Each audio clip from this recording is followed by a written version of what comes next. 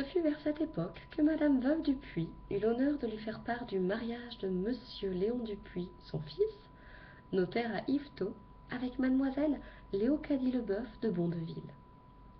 Charles, parmi les félicitations qu'il lui adressa, écrivit cette phrase: « Comme ma pauvre femme aurait été heureuse. » Un jour, querrant son but dans la maison, il était monté jusqu'au grenier. Il sentit sous sa pantoufle une boulette de papier fin. Il l'ouvrit et il lut: « Du courage, Emma, du courage. Je ne veux pas faire le malheur de votre existence. » C'était la lettre de Rodolphe, tombée à terre entre des caisses, qui était restée là, et que le vent de la lucarne venait de pousser vers la porte. Et Charles demeura tout immobile et béant, à cette même place où jadis, encore plus pâle que lui, Emma désespérée avait voulu mourir. Enfin, il découvrit un petit R au bas de la seconde page. Qui était-ce?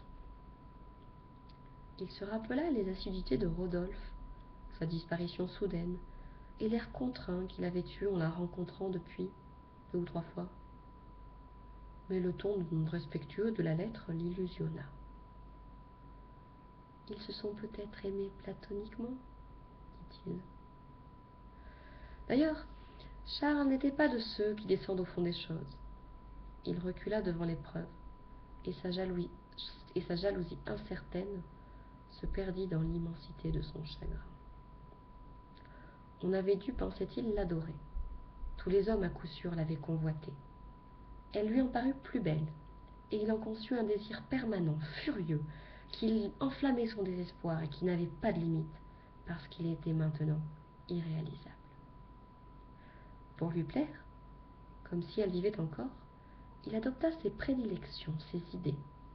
Il s'acheta des bottes vernies, il prit l'usage des cravates blanches, il mêlait du cosmétique à ses moustaches, il souscrivit comme elle des billets à ordre.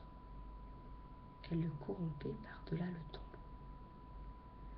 Il fut obligé de vendre l'argenterie pièce à pièce. Ensuite, il vendit les meubles du salon. Tous les appartements se dégarnirent, mais sa chambre à elle, était restée comme autrefois. Après son dîner, Charles montait là. Il poussait devant le feu la table ronde et il approchait son fauteuil. Il s'asseyait en face. Une chandelle brûlait dans un des flambeaux dorés. Berthe, près de lui, enluminait des estampes.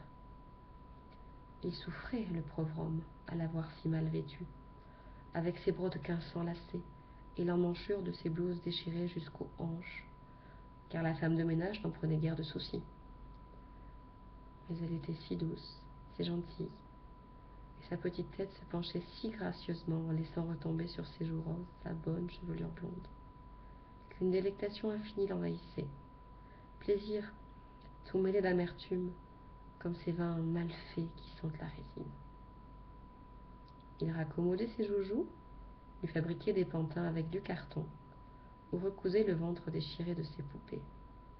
Puis, s'il rencontrait des yeux la boîte à ouvrage, un ruban qui traînait, ou même une épingle restée dans une fente de la table, il se prenait à rêver, et il avait l'air si triste, qu'elle devenait triste, comme lui.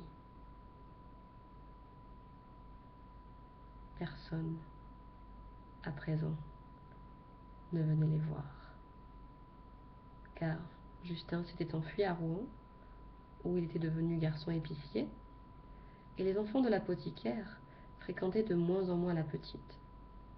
Monsieur Homais, ne se souciant pas, vu la différence de leurs conditions sociales, que l'intimité se prolongea.